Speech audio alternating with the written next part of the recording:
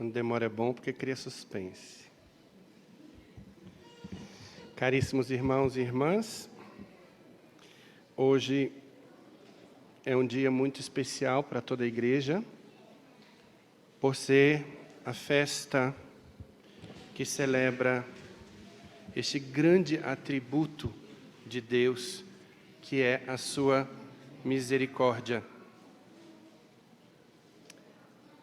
E eu quero parabenizar a nossa pastoral da liturgia pela belíssima decoração com a qual nos brinda hoje. Vejam, não só o coração de rosas vermelhas, mas também os arranjos todos em duas cores, vermelho e branco, que são os raios que saem do coração de Jesus, nesta imagem da divina misericórdia, que o próprio Cristo mandou pintar,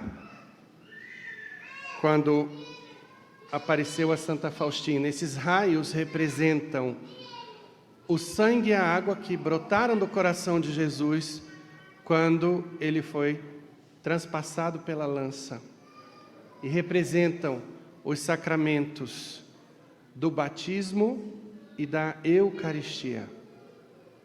Dois sacramentos essenciais nas nossas vidas. O batismo, porque é a porta de entrada de todos os sacramentos, e a Eucaristia, porque é o pão da vida espiritual. Então, muito obrigado, pastoral, por essa belíssima decoração, por este zelo. E hoje também é um dia de muita alegria, porque estreiam novos ministros de Eucaristia, recém-empossados na última quinta-feira, não foi? Pelo nosso bispo Dom Marconi. E eu quero chamar a atenção aqui, me perdoe, Ana, do casal Ana e Dino. Ana está grávida. O Dino está ali tomando conta do Mateu. E vejam, não tem babá, e estão servindo a igreja. Como vários outros dos nossos fiéis aqui têm seus filhos, têm seus netos, estão fazendo um mestrado, estão fazendo um doutorado, e não encontram nessas coisas desculpa para não servir, desculpa para continuar na zona de conforto. Porque tem fiel na igreja que vive de desculpa em desculpa. Nunca vai ser dizimista, nunca vai participar de uma pastoral, porque tem sempre uma desculpa. Olha aqui tem uma família inteira de coroinha. Que beleza, que exemplo maravilhoso que esses pais estão dando. E isso implica o quê? Sacrifício, de trazer para fazer o curso, de gastar com as vestimentas. Nós não somos uma paróquia rica, mas tem gente que qualquer pedido de doação reclama, o padre é pidão. Por quê? Porque a sua avareza é incomodada. A verdade é essa. Então, eu quero agradecer de coração hoje a todos vocês que fazem o reino de Deus acontecer.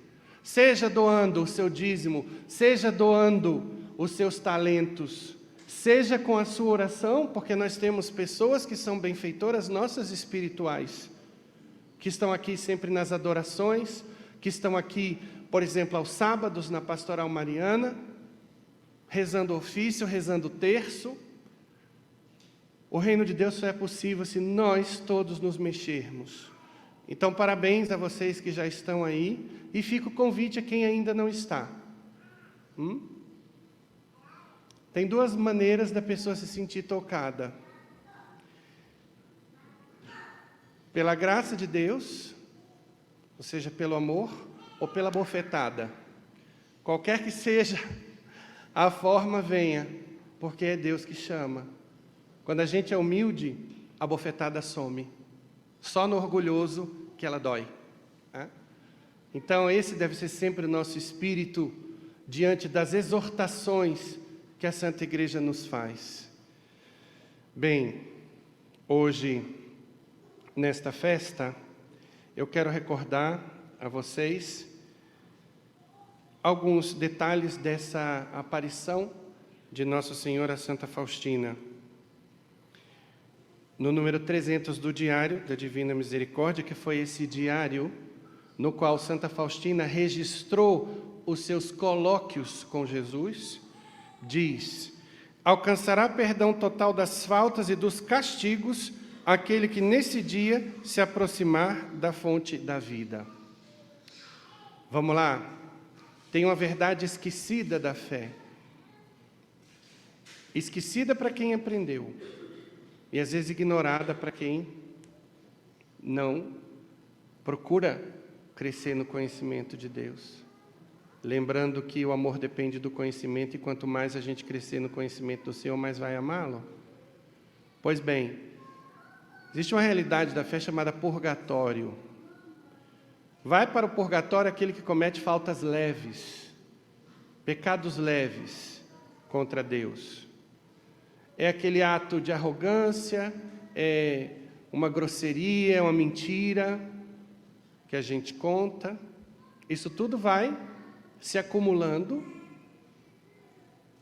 como dívida a ser paga depois que a gente passar para a eternidade. E o purgatório é um local de expiação, é um local de sofrimento. Quando se comete um pecado mortal, qual é a solução que nós temos? Nós vimos no Evangelho, Jesus empoderando os apóstolos: recebei o Espírito Santo, a quem perdoardes os pecados, ser-lhes-ão perdoados, a quem os retiverdes, ser-lhes-ão retidos. Então Jesus dá o poder aos padres de perdoar os pecados. Nós somos os sucessores dos apóstolos nesse poder.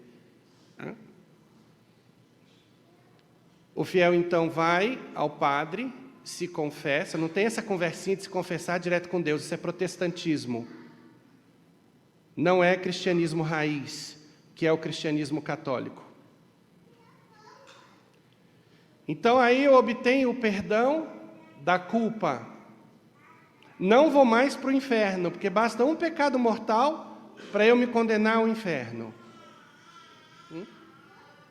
E aqui vai o alerta para as pessoas que estão na zona de conforto, que assiste uma missa, falta duas, que está frouxa na vida espiritual, que não está priorizando Deus na sua vida. Abra seu olho. Quando você menos esperar, a morte chega. A menos que alguém aqui saiba quando vai morrer e como. Ninguém sabe. Uma vez me encontrei com uma fiel que dizia: não, eu vou receber a unção antes de morrer e fica tudo resolvido. Ah, é? A senhora está sabendo então que vai, sei lá, adoecer, ficar na UTI, que vai ter esse tempo? Porque tem gente que morre de repente num acidente, né? Ou morre dormindo. Imagina o grau de fantasia das pessoas. Não, mas Jesus vai me conceder essa graça. Que certeza que você tem, minha filha. Imagina, sabe mais que o oráculo de Delfos. Pois bem, então, a igreja tem esse poder de perdoar os pecados, como tem o poder também de conceder indulgências. Um evangélico vai chegar e dizer que essa festa nossa é absurda, que é uma invenção da igreja, que ela não está na Bíblia. Ela não tem que estar na Bíblia. Nem tudo da fé vai estar na Bíblia, tá? Por quê? Porque aquilo que o magistério ensina vem sendo escrito ao longo da história e não faz parte da Sagrada Escritura. Mas os apóstolos foram ensinados diretamente por Jesus. O Espírito Santo foi dado à igreja.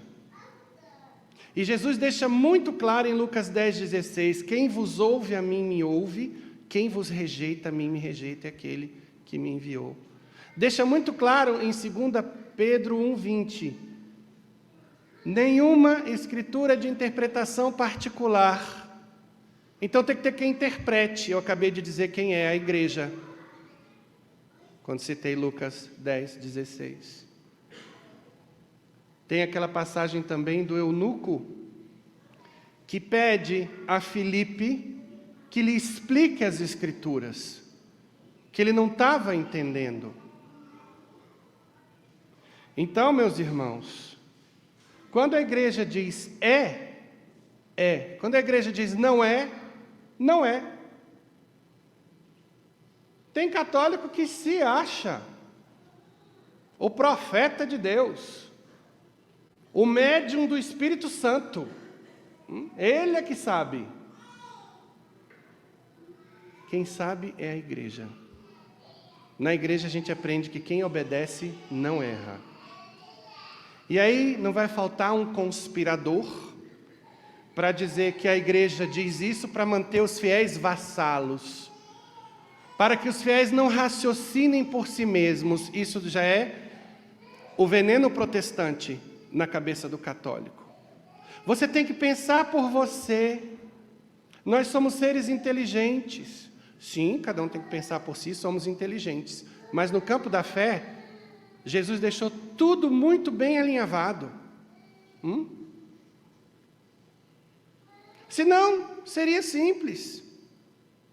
Ele teria escrito a Bíblia e teria dito, olha, mandem ler esse livro que o Espírito Santo vai iluminar as pessoas. Foi isso que ele fez? Foi esse o legado? Foi isso que ele mandou fazer? Não, o que ele mandou fazer foi: tomai todos e comei, isso é o meu corpo, tomai todos e bebei, isso é o meu sangue. Fazer isso em memória de mim. Isso ele mandou, e é o que a igreja faz há quase 2000 anos. Sem menosprezar o valor da Sagrada Escritura, que é uma das bases da fé. Uma, não esgota as bases. Por quê? Porque sem a Sagrada Tradição eu nem tenho a Sagrada Escritura. E não adianta a Sagrada Escritura sem o magistério que a explique. Vejam o protestantismo todo dividido porque cada um interpreta da sua cabeça. E um reino dividido não subsistirá. O próprio Jesus diz isso. Então, meus irmãos, aqui estamos para celebrar uma festa que foi o próprio Cristo que pediu. Nessas revelações, a irmã Faustina. Essas revelações que são reconhecidas pela igreja. Santa Faustina foi canonizada pela igreja. Então nós podemos crer com segurança em tudo que a igreja propõe. Então, continuando, no número 699, Jesus diz: neste dia estão abertas as entranhas da minha misericórdia. Derramo todo um mar de graça sobre as almas que se aproximarem da fonte da minha misericórdia. Que nenhuma alma tenha medo de se aproximar de mim, ainda que seus pecados sejam como escarlate. Olha que maravilha isso. Por quê? Porque o diabo trabalha muito o chamado escrúpulo, que é uma deformação da consciência saudável. A pessoa que tem a mente escrupulosa, ela vai ver pecado onde não há pecado. O diabo coloca o escrúpulo na mente e no coração do fiel, apresentando-o como se fosse algo bom, como se fosse um refinamento da consciência. Às vezes porque a gente é um pouco soberbo e acha que raciocina melhor do que os outros, que tem critérios melhores que os outros. E aí o diabo vai se valer disso e vai trabalhar o quê? Por exemplo, essa dúvida. Será que eu me confessei bem? Será que eu falei todos os detalhes? Eu acho que não, porque o meu pecado é muito grande, a penitência que esse padre passou é pequena, eu vou me confessar com outro. E aí, meu irmão, minha irmã, se você morder essa isca, você vai passar a vida se confessando com outros padres, na dúvida se confessou bem, e achando que nenhum padre tem suficiente conhecimento para lhe dar o remédio para o seu pecado, que só você tem os critérios. Olha aí. Cuidado com isso. E aí, o diabo, que é o acusador, um dos nomes do demônio na Bíblia, um dos títulos, melhor dizendo, vai ficar trabalhando essa culpa. Então a pessoa se converte, o diabo está danado com isso, E aí ele vai tentar, sob a aparência de bem, desanimar aquela pessoa. E aí ele começa a trabalhar esse escrúpulo de consciência. E eu acho que isso é uma coisa boa. Eu acho que isso é humildade. Eu me senti a pior das pessoas. Eu pequei muito gravemente.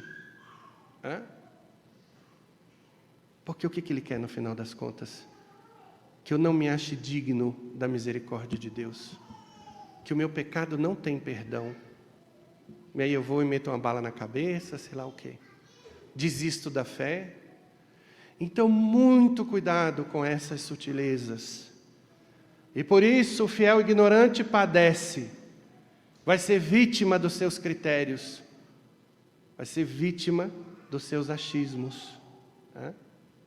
Então, na dúvida, eu sempre digo, bateu aquela falta de paz, marca um horário, conversa com a gente, pega a gente depois da missa. Aqui eu fico até o último cliente. Pergunte a Francisco aí da limpeza. Hoje, inclusive, que é a festa da misericórdia, quem quiser se confessar e não se confessou, eu fico. Ai, coitado do padre, vai invadir o horário de almoço, deixa invadir até o horário de jantar.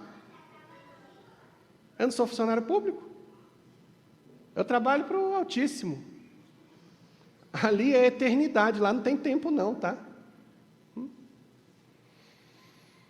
Mas aí a pessoa fica lá naquela dúvida e não tira, e as dúvidas que vão se acumulando acabam tirando o fiel da igreja. E é tudo que o diabo quer.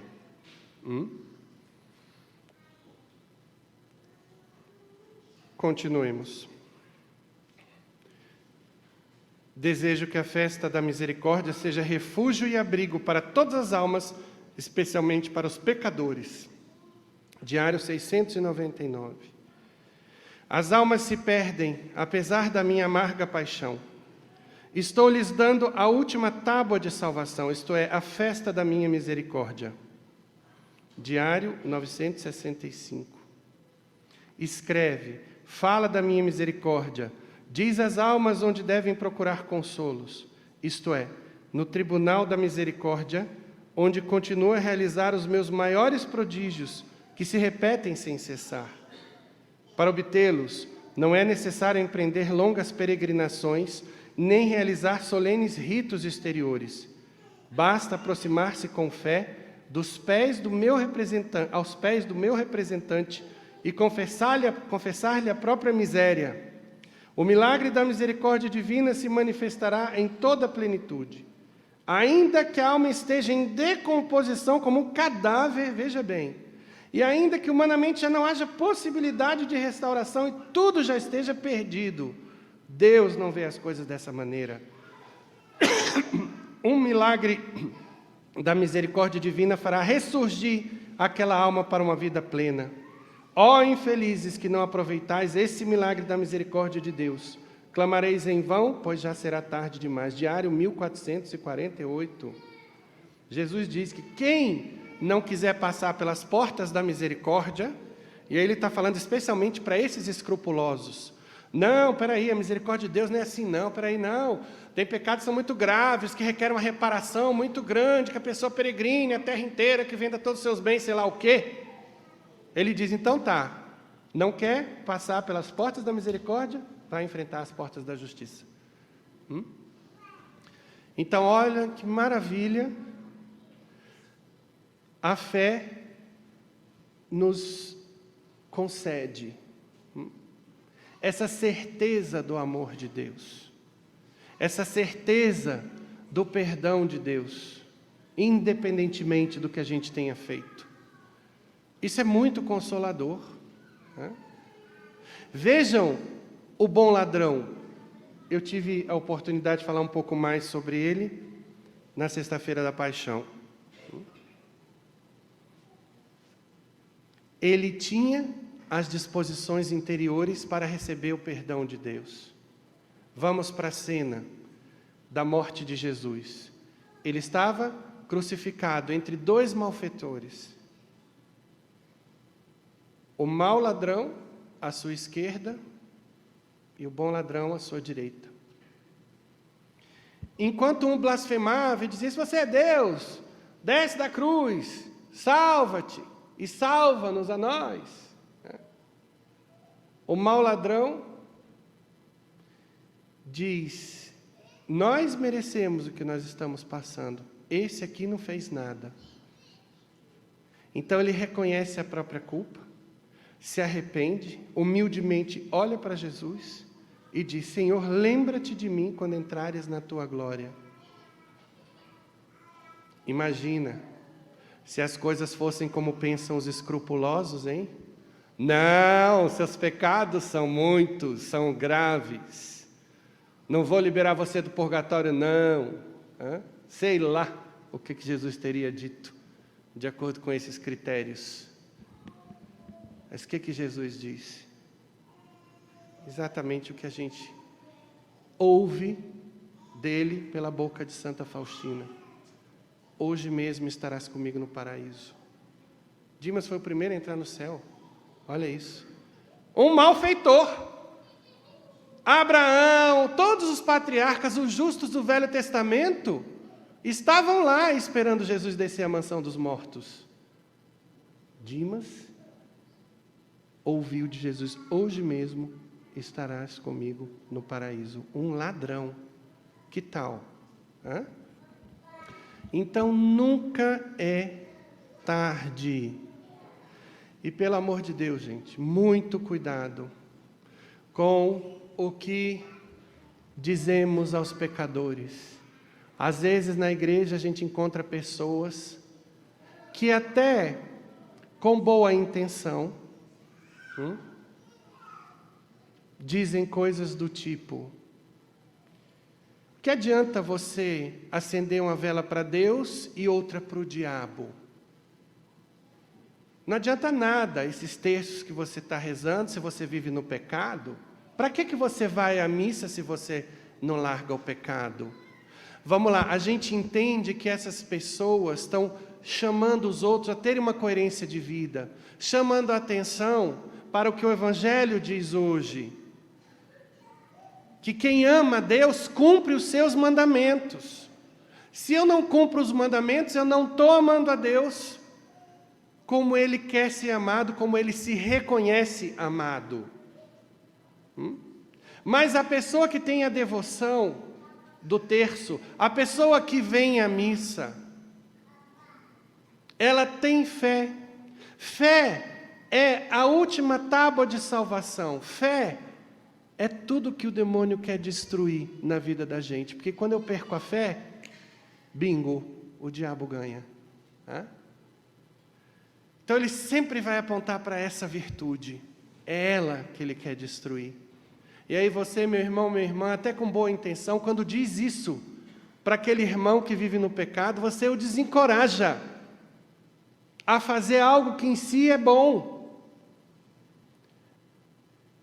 Dê o seu conselho, no sentido de exortar a pessoa a largar o pecado, em um outro momento, mas encoraje esse terço, encoraje essa missa. No outro momento, com jeito, com caridade, com toda uma psicologia, você vai dizer: olha, é muito importante a gente seguir Jesus, cumprir com os mandamentos, olha o que a palavra de Deus diz, e aí com jeito a gente coloca a questão. Não é batendo com a Bíblia na cabeça de ninguém que nós vamos ajudá-los, especialmente o pecador, porque quem está no pecado está cego, não tem luz de Deus para discernir direito entre o bem e o mal. Tanto que a pessoa está optando pelo pecado, ela não consegue enxergar o risco que ela corre. Então como é que eu vou querer discernimento? Então aí a gente entende, não se considerando superior, mas iluminados pela graça, que essa pessoa vai precisar de ajuda. A gente tem que estender a mão para o pecador, como Jesus estendeu para aquela mulher que ia ser apedrejada pelo seu pecado. Ele não condenou aquela mulher. Ele disse: vai e não peques mais. Nem eu te condeno. muito lhe foi perdoado, porque muito amou, disse da pecadora. Então, de repente, essas pessoas estão amando, estão fazendo o melhor que elas podem. Quem somos nós para jogar um balde de água fria? Mais uma vez, eu repito, não significa também falsear o discurso cristão, dando a entender ao pecador que tudo bem, se ele é devoto, se ele reza o texto, se ele está vindo à missa, mesmo sem comungar, só com a comunhão espiritual, ele vai para o céu. A gente sempre vai dizer, você quer ter certeza do céu? Converta-se. Saia do pecado, mude de vida. Tudo isso que você está fazendo, esperamos que lhe ajude a alcançar a graça da conversão, da mudança de vida. Essa é a nossa esperança e por isso nós rezamos pelos pecadores. Cuidado para não dar falsas esperanças.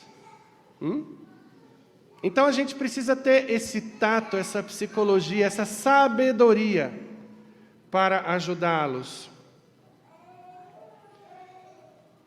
Então tudo que eu falei aqui foi tirado do Diário da Divina Misericórdia. Então vejam como nós cristãos somos privilegiados a partir da fé. Porque a gente sabe que o nosso Deus nos criou por amor. Ele não tinha obrigação de criar ninguém aqui. Tirou a gente do nada. Nos dá um mundo lindo e maravilhoso. Alguém tem dúvida que esse mundo é lindo e maravilhoso? Alguém tem dúvida das belezas dos rios, dos mares, das montanhas, da neve, do céu azul, de uma orquídea, de um vatapá, de um bacalhau? Alguém tem dúvida que tudo isso é maravilhoso? Chocolate, chiclete, balinha, tudo bem, vamos lá. Tudo isso é maravilhoso. Tem coisa feia no mundo? Tem. Por quê? Por causa do pecado. O pecado estragou tudo. Entre aspas, estragou tudo. Porque o céu, que seria gratuito, não fosse o pecado original, agora tem que ser merecido. A diferença é essa. Então nós temos esperança. A gente sabe que se a gente fizer a nossa parte, Deus não falha em fazer a dele. Então Ele nos cria, nos tira do nada, nos dá talentos para servirmos uns aos outros e construirmos o seu reino aqui. Então tudo depende de nós. Porque Deus faz a parte dele e nunca vai falhar em fazer a sua parte. E vejam que Deus nos dá toda essa estrutura e ainda a possibilidade de ser perdoado, caso a gente pise na bola. Isso é maravilhoso. Isso nos dá um alento existencial fantástico, porque os homens são rápidos para puxar a faca, para acusar, para condenar, dar gelo. Hoje em dia, no mundo das redes sociais, cancelar. Deus não cancela ninguém. Agora vamos lá? Qual é o sentido da gente ter uma festa da Divina Misericórdia? Entender o que é a misericórdia divina e ser perdoado por Deus, se não for para fazermos a mesma coisa. A nossa fé não é egoísta. No catolicismo, pelo menos, não. Eu não sei se alguma seita doida cristã, pseudo-cristã, tem esse tipo de discurso. Aqui, a gente entra para rezar e sai para servir. Agora tem fiel que entra para rezar e sai com um carrinho de supermercado cheio de tudo aquilo que preenche o seu coração, tudo aquilo que ele está precisando, mas não divide nada com ninguém. É uma fé egoísta. Procura Deus como se Deus fosse o seu mordomo, o seu empregado. No catolicismo nós servimos o Senhor.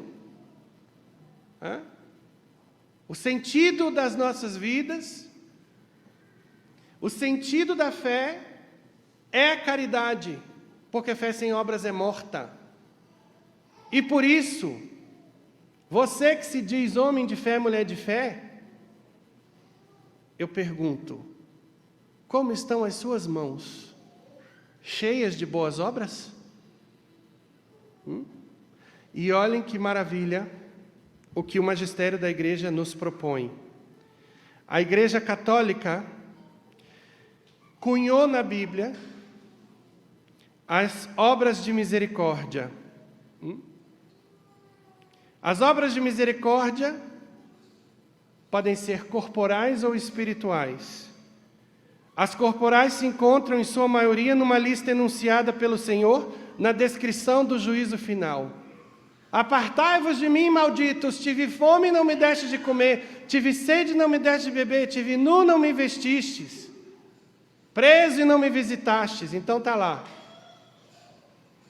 E as obras de misericórdia espirituais, a igreja as tirou de outros textos que estão ao longo da Bíblia e de atitudes e ensinamentos do próprio Cristo. O perdão, a correção fraterna, o consolo, suportar o sofrimento, etc. Então vamos lá.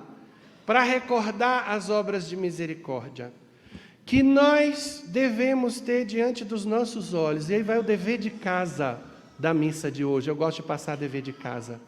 E espero que esse dever de casa seja feito. Sinceramente espero, porque senão, quem não fizer está desperdiçando a graça de Deus.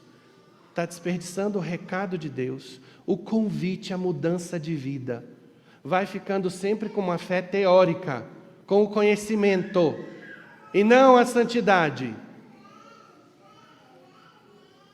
Dá de comer a quem tem fome, dá de beber a quem tem sede, dar pousada aos peregrinos. Aí vamos lá, existem algumas obras que são bem específicas. Essa aqui, vocês se lembram da Jornada Mundial da Juventude? Teve no Rio de Janeiro. A igreja pediu que os fiéis abrissem as suas casas para receber os peregrinos de fora. No mundo de violência hoje em dia, você não vai receber qualquer pessoa na sua casa. Pode ser um malfeitor ou um golpista. Mas a gente deve procurar saber quem é essa pessoa que está pedindo pousada.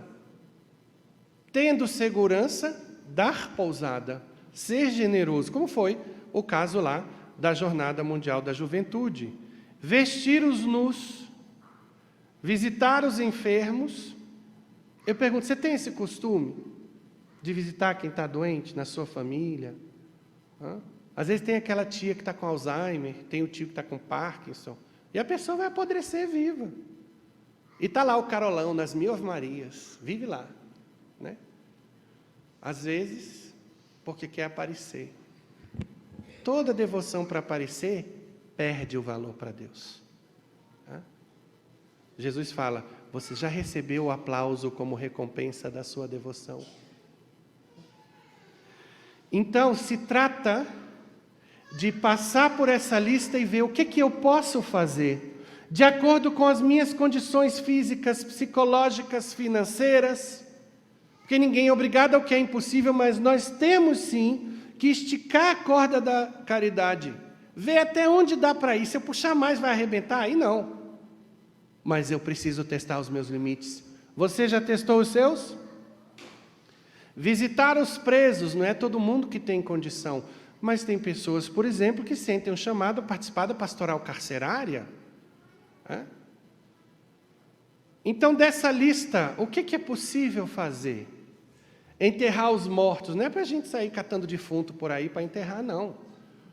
Agora, você passou numa BR, tem uma pessoa morta ali na pista, você está vendo que não tem ninguém, é um ser humano. Aí vamos lá, tem que parar o carro. Perdão. Pegar, ligar para uma delegacia de polícia, olha, tem uma pessoa morta aqui na BR tal, em tal altura, em tal lugar.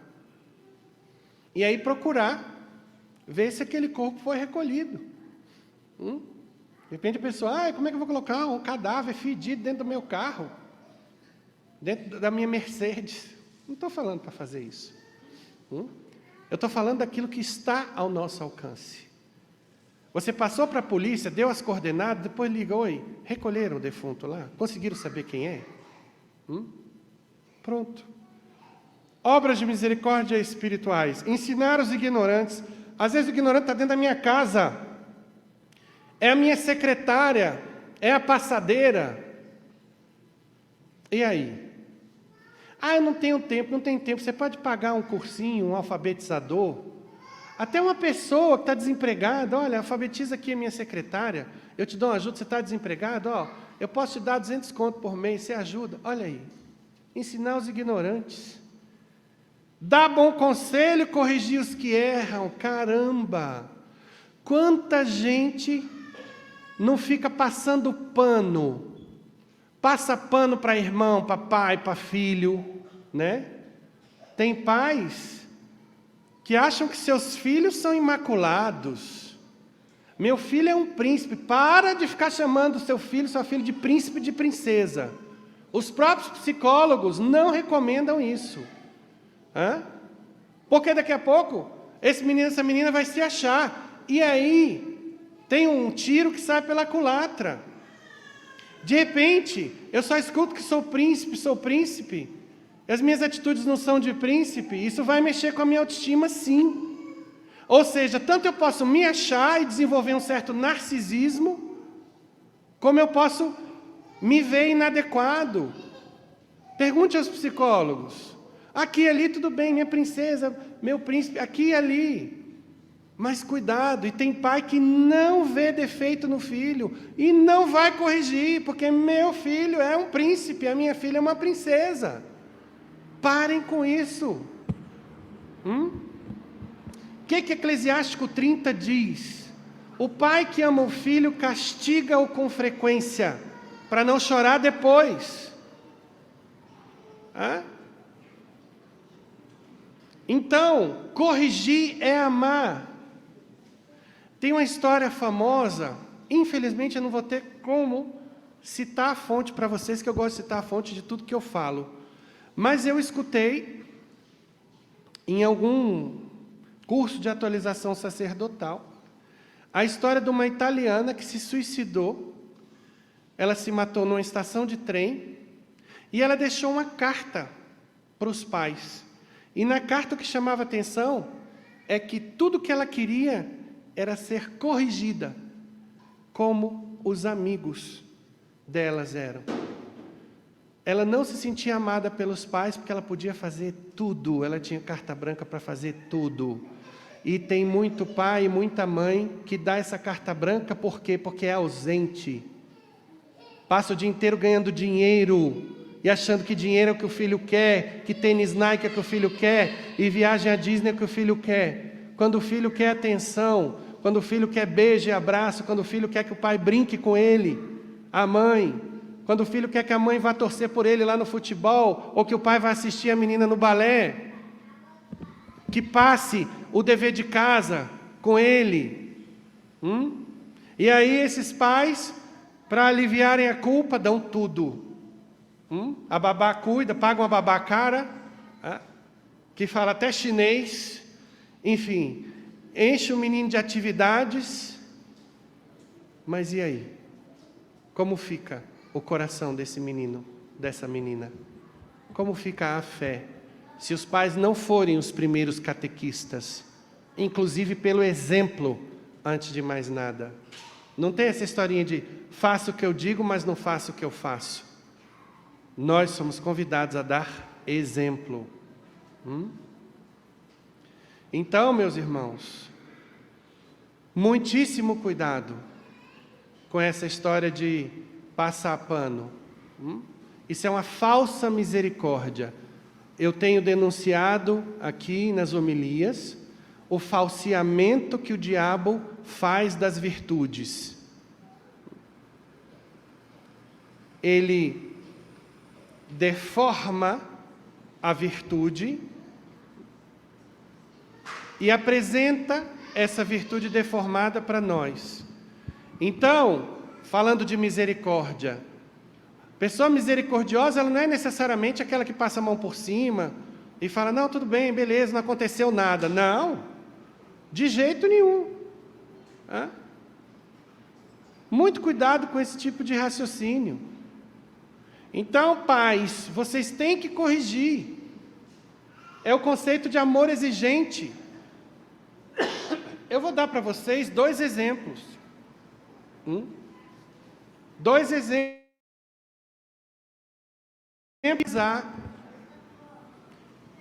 Mas são exemplos sábios.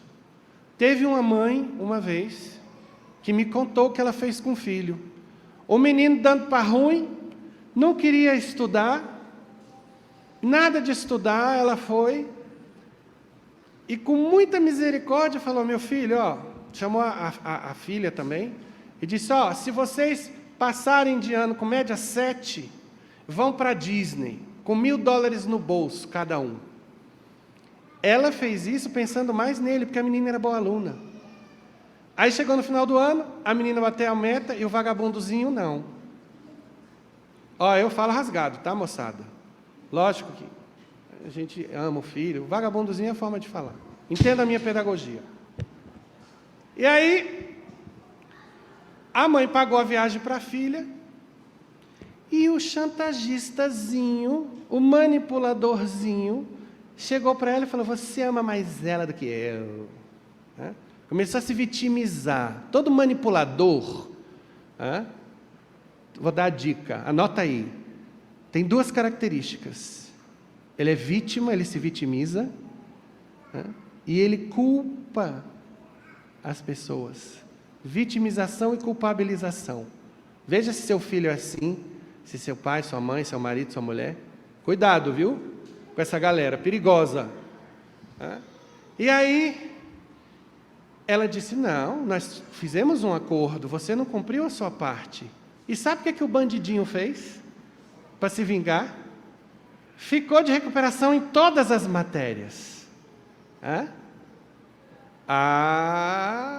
Mexeu com a pessoa errada na hora errada. A mãe, tomada do Espírito Santo, um belo dia chegou, disse para ele, venha cá. Aí foi com ele à escola. Aí quando chegou lá, ele sem entender nada, chamou a secretária, por favor, tire esse rapaz da lista de alunos. Aí ele arregalou um olho, o quê? Sim, você não quer estudar, você não vai estudar, eu vou lhe dar o que você quer. Mas mãe, não, você não quer estudar, você ficou em todas as matérias. Eu não encontro dinheiro em árvore, meu filho, eu vou lhe dar o que você quer.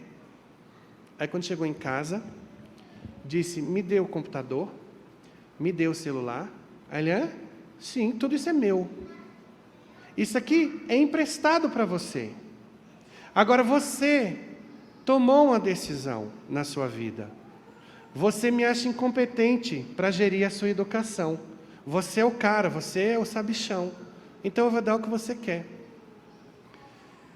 Bom, a Bíblia diz que quem não trabalha não deve comer, então a gente vai procurar emprego, já que você não vai estudar. Até porque eu tenho que treinar você para os desafios da vida futura. Você deve casar, vai ter mulher, filhos.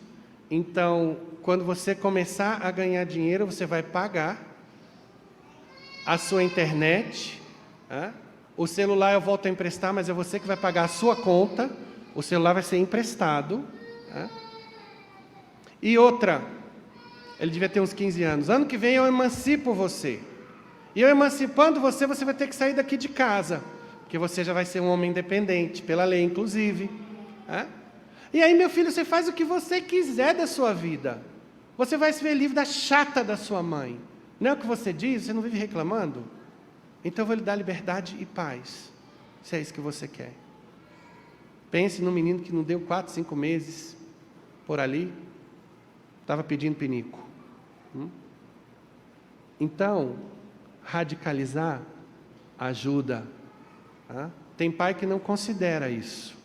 Teve um outro caso que eu vi num programa de auditório. O filho drogado no último grau. A família toda codependente. Que são as pessoas que sofrem com aquele que é o dependente químico, né? E aí saíram de um apartamento de 4 quartos para um apartamento de 3, por causa de tanta clínica de recuperação. Aí um belo dia, os outros irmãos reclamaram, falaram, peraí, tudo nessa casa gira em torno dele. A gente faz tudo certo, ele faz tudo errado.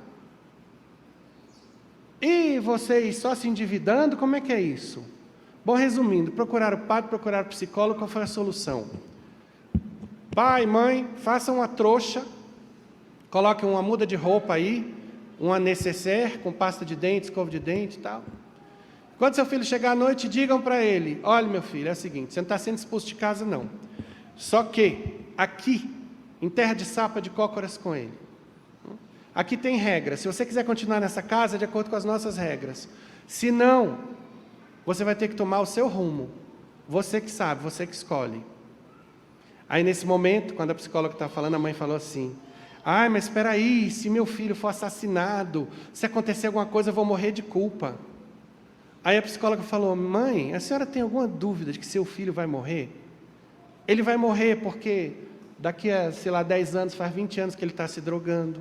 Ele vai morrer por conta de dívida de droga. Ele vai morrer por causa de uma bala perdida lá na boca de fumo. Ele vai morrer de overdose. A senhora tem dúvida que ele vai morrer? Agora, pelo menos, estamos tentando recuperá-lo a partir de quê? Da fome, do frio, do escuro, do desalento. Isso é uma tentativa. Diga que a senhora vai ser sempre mãe, o pai vai ser sempre pai, a família vai estar aí quando precisar, mas que em casa desse jeito não. E aí ele chega, a família teve essa conversa e a criatura resolveu ir para a rua. E depois de uns dias voltou, com o rabo entre as pernas. E aí a apresentadora chama o fulano aí. Ele estava lá, o rapaz todo bonitão, fortão, bem barbeado.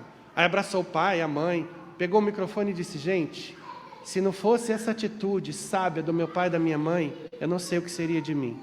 Porque ele só mudou de vida porque ele foi lá no fundo do poço. Então, cuidado, porque nós estamos vivendo numa sociedade que favorece o vitimismo, o coitadismo, onde o governo passa pano, onde o bandido não é bandido, onde o bandido não é punido. E por isso que está essa desgraça à sociedade. Sendo que no reino de Deus não é assim. Só irá para o céu quem for bom e quem fizer por onde merecer, senão vai para o quinto, aliás, o sexto dos infernos. Eu vivo dizendo que o quinto dos infernos já está lotado. Então, pais, muito mais do que se preocupar com o currículo do seu filho para passar no vestibular, para ter emprego no futuro, isso é importante, sim. Preocupe-se com a salvação, com a formação do caráter do seu filho. Isso faz toda a diferença. Então, continuando a lista, que eu parei na terceira obra de misericórdia espiritual. Ensinar os ignorantes, dar bom conselho e corrigir os que erram. Perdoar as injúrias.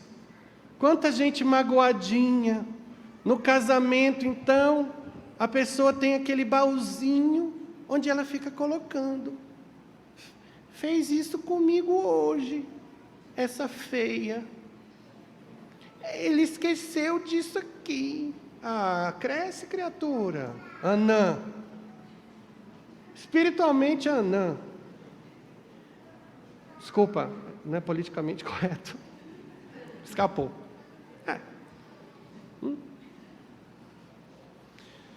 Consolar os tristes.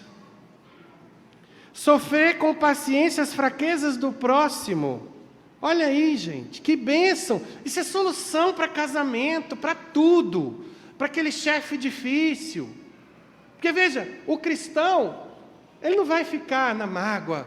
Sabe aquela pessoa que fica ali nervosa e ansiosa porque a criatura que ela não gosta vai estar lá. Se vai estar na festa, não vai.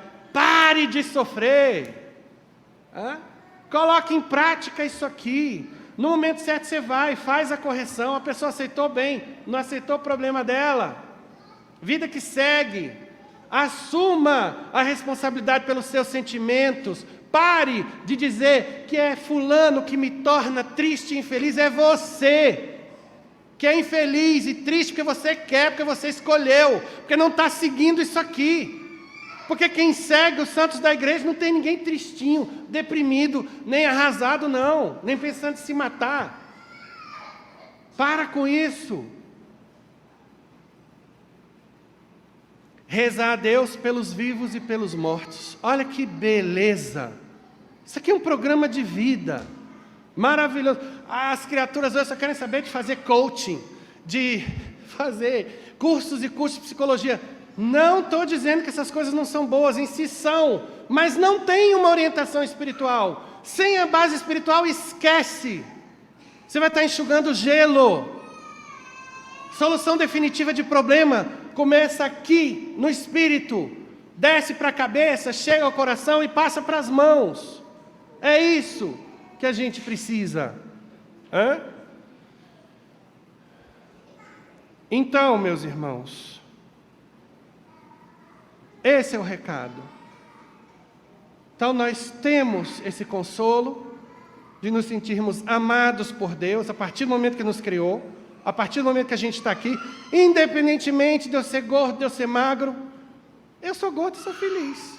Aí, quer dizer, até a gente sentir as dores das doenças que acompanham a gordura, né? Mas vamos lá, existencialmente eu sou feliz, é isso que eu estou querendo dizer. Então a pessoa não precisa de estética, né?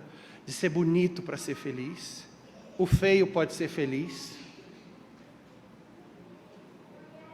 Tu não é feliz, Nabu?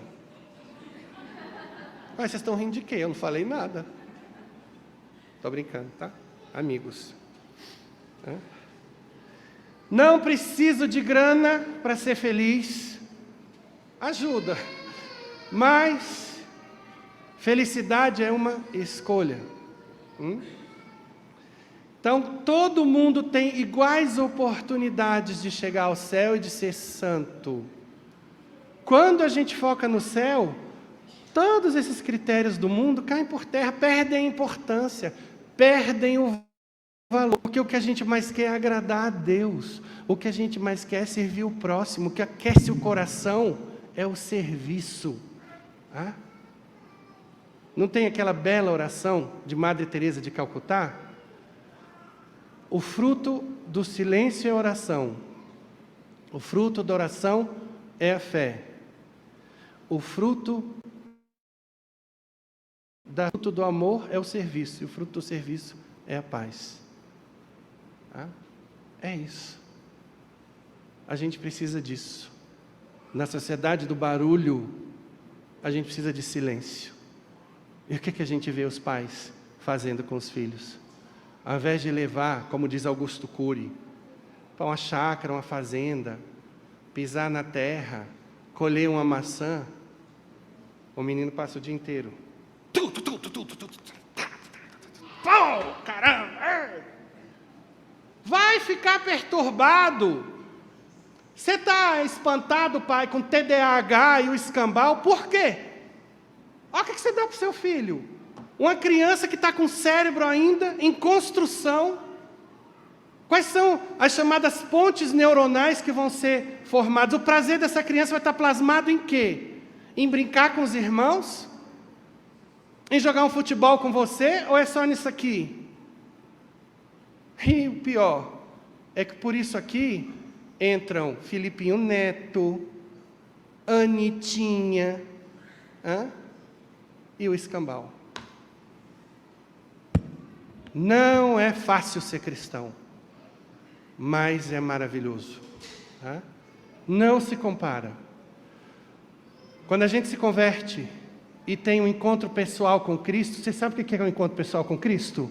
Tem gente que acha que é um momento assim que você está andando na rua. Jesus, é você. Não é isso, encontro pessoal com Cristo.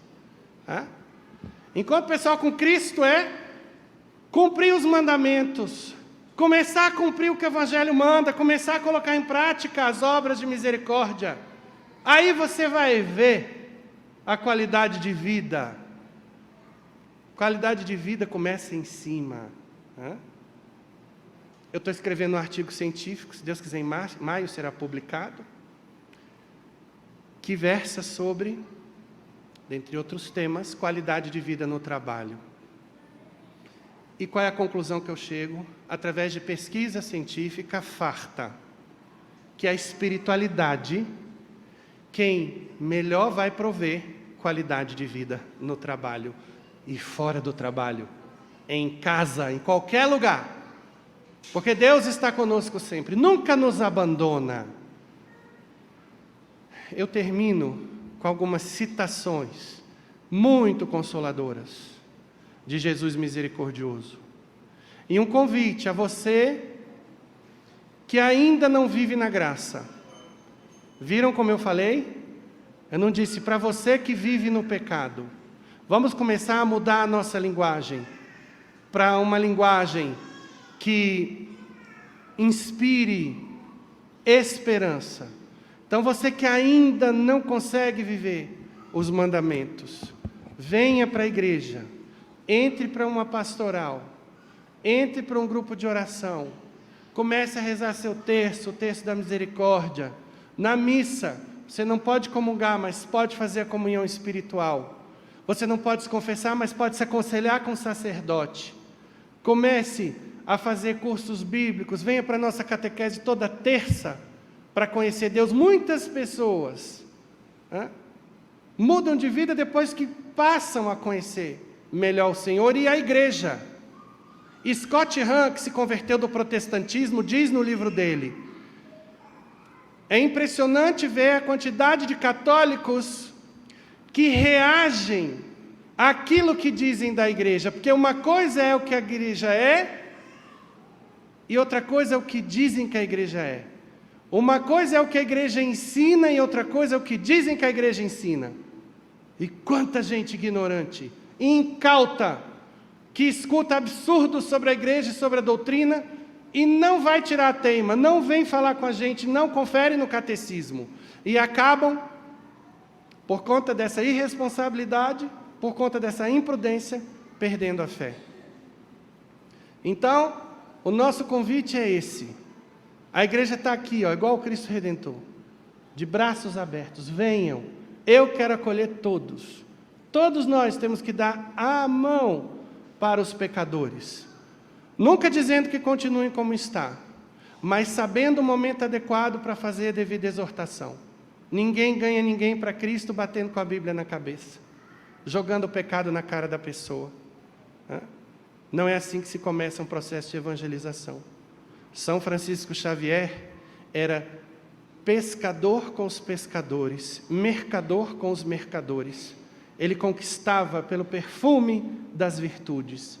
E aí, quando as pessoas ficavam curiosas para saber como ele conseguia ser tão alegre, qual era essa fonte da paz interior e da felicidade, ele mostrava o Evangelho. Vejam, que maravilha.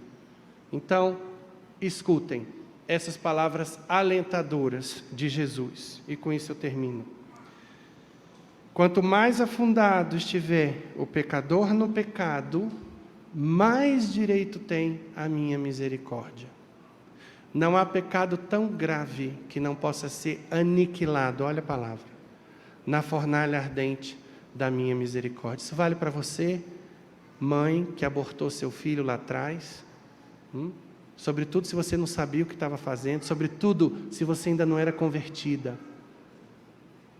Vale para qualquer pessoa, para qualquer tipo de pecado. Eu matei uma pessoa, não importa. Eu matei 10, não importa. É ofensa ao meu sagrado coração quando os homens não confiam na minha misericórdia. Eu termino com a belíssima história da biografia de Santa Margarida Maria Alacoque. Ela começou a ter as locuções com Jesus, visão do Sagrado Coração. Foi a partir dela que foi instituída essa devoção na igreja. E aí, quando ela foi falar para o confessor, que estava tendo locuções com Jesus, visões, obviamente, como todo padre faria, resolveu pedir provas. E qual foi a prova que ele pediu? Diga a Jesus que conte a você qual foi o último pecado que eu cometi. E aí, você me responde. Ela foi, teve a aparição de Jesus, voltou ao padre, e aí? Você perguntou? Sim, perguntei. Então, o que Jesus disse? Qual foi o último pecado que eu cometi? Está preparado para a resposta? Ele disse que não se lembra. Que tal? Ele disse que não se lembra. Louvado seja nosso Senhor Jesus Cristo.